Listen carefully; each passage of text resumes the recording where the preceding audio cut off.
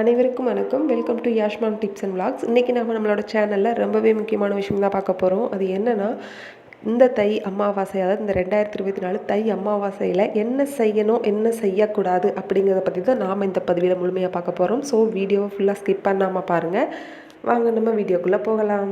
இந்த தை அமாவாசையில் அப்படி என்ன சிறப்பு இருக்குது அப்படின்னு சொல்லி நம்ம பார்த்தோம்னா, நம்மளோட முன்னோர்களுக்கு தர்ப்பணம் கொடுக்கறது தான் ரொம்பவே சிறப்பாக இருக்கும். அது மட்டும் இல்லாமல் அந்த தினத்தில் நம் முன்னோர்கள் நம்ம மனதார வழிபடணும்.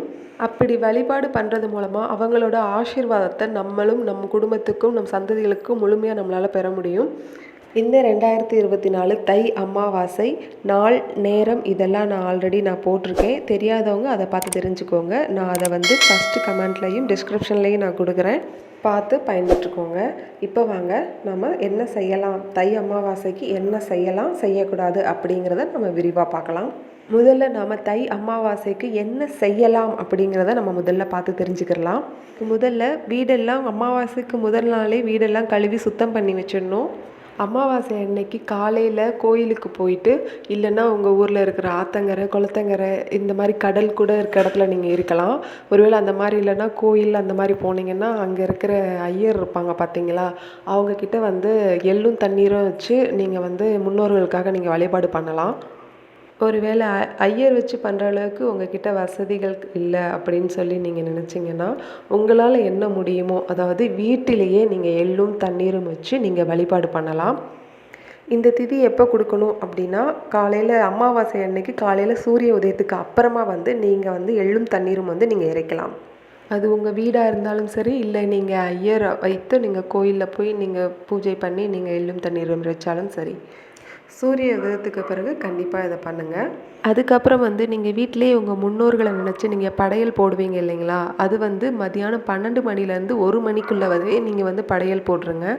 நீங்கள் செய்கிற எல்லா உணவுமே உங்களோட முன்னோர்களுக்கு பிடிச்சதாக மட்டும்தான் இருக்கணும். அவங்களுக்கு என்னெல்லாம் பிடிக்குமோ அதெல்லாம் நீங்கள் செஞ்சு வைங்க. உங்களால் செய்ய முடியாத சில பொருட்கள் உதாரணத்துக்கு சில பேரால் இனிப்பு பண்டங்கள் செய்ய முடியாது இல்லைங்களா, அதெல்லாம் கடையில் வாங்கிக்கலாம். கார வகைகள் சில பேருக்கு பிடிக்கும். இந்த மாதிரி விஷயங்கள்லாம் கடையில் வாங்கிக்கிடலாம். இதை தவிர்த்து வீட்டில் சமைக்கிற உணவு எதுவானாலும் அது நம்மளோட முன்னோர்களுக்கு பிடிச்ச உணவாகவே இருக்கிறது ரொம்பவே சிறப்பாக இருக்கும். இந்த உணவை உங்கள் முன்னோர்களுக்கு நீங்கள் படைக்கிற நேரம் ராகு கால நேரத்தில் இருக்கக்கூடாது, சரிங்களா? அது ரொம்பவே முக்கியம். முன்னோர்களுக்கு படையல் போட்டதுக்கப்புறமா அந்த உணவை காகத்துக்கு எடுத்துகிட்டு போய் வைக்கணும். அதுக்கப்புறம் சாயங்கால நேரத்தில் விளக்கேற்றி உங்கள் முன்னோர்கள் நினச்சி கண்டிப்பாக வழிபாடு பண்ணுங்கள். இதில் ரொம்பவே முக்கியமான விஷயம் என்னன்னு சொல்லி பார்த்தோன்னா, நீங்கள் உங்கள் முன்னோர்களை நினச்சி, அதாவது நீங்கள் இழந்தவங்களை நினச்சி நீங்கள் வழிபாடு பண்ணி விரதம் இருக்கீங்கல்ல, அதனால் நீங்களும் கண்டிப்பாக இலை போட்டு தான் நீங்கள் சாப்பிடணும். அதுக்கப்புறம் யாராவது ஒரு 10 பேருக்கு இல்லை ஒரு 2 பேருக்காவது உங்களால் என்ன முடியுமோ அவங்களுக்கான உணவு நீங்கள் கண்டிப்பாக கொடுங்க.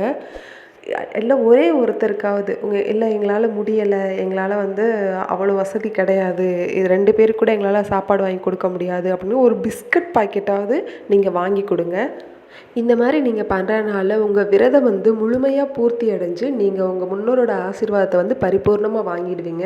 இந்த விஷயங்கள் தான் நீங்கள் தை அமாவாசை தினத்தில் செய்ய வேண்டிய விஷயம். இப்போ நாம் தை அமாவாசையில் செய்யக்கூடாத விஷயம் என்ன அப்படின்னு சொல்லி நாம் பார்க்கலாம். அமாவாசை தினத்தில் செய்யக்கூடாத முதல் விஷயம் என்னென்னா, காலையில் அமாவாசை தினத்தில் வாசல் தெளிக்கக்கூடாது, வாசல் தெளித்து கோலம் போடக்கூடாது, நான்வெஜ் சாப்பிடக்கூடாது. அசைவம் அன்னைய தினத்தில் அமாவாசை தினத்தில் சாப்பிடக்கூடாது. யார்கிட்டையும் கடன் வாங்கக்கூடாது.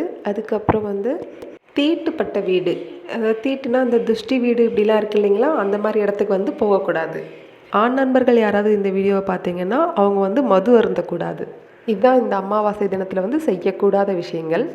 இந்த வீடியோ உங்களுக்கு கண்டிப்பாக யூஸ்ஃபுல்லாக இருக்கும்னு சொல்லி நம்புகிறேன். இதில் ஏதாவது உங்களுக்கு சந்தேகங்கள் இருந்தால் கண்டிப்பாக கமெண்ட் பண்ணுங்கள், நிச்சயமாக நான் ரிப்ளை பண்ணுறேன்.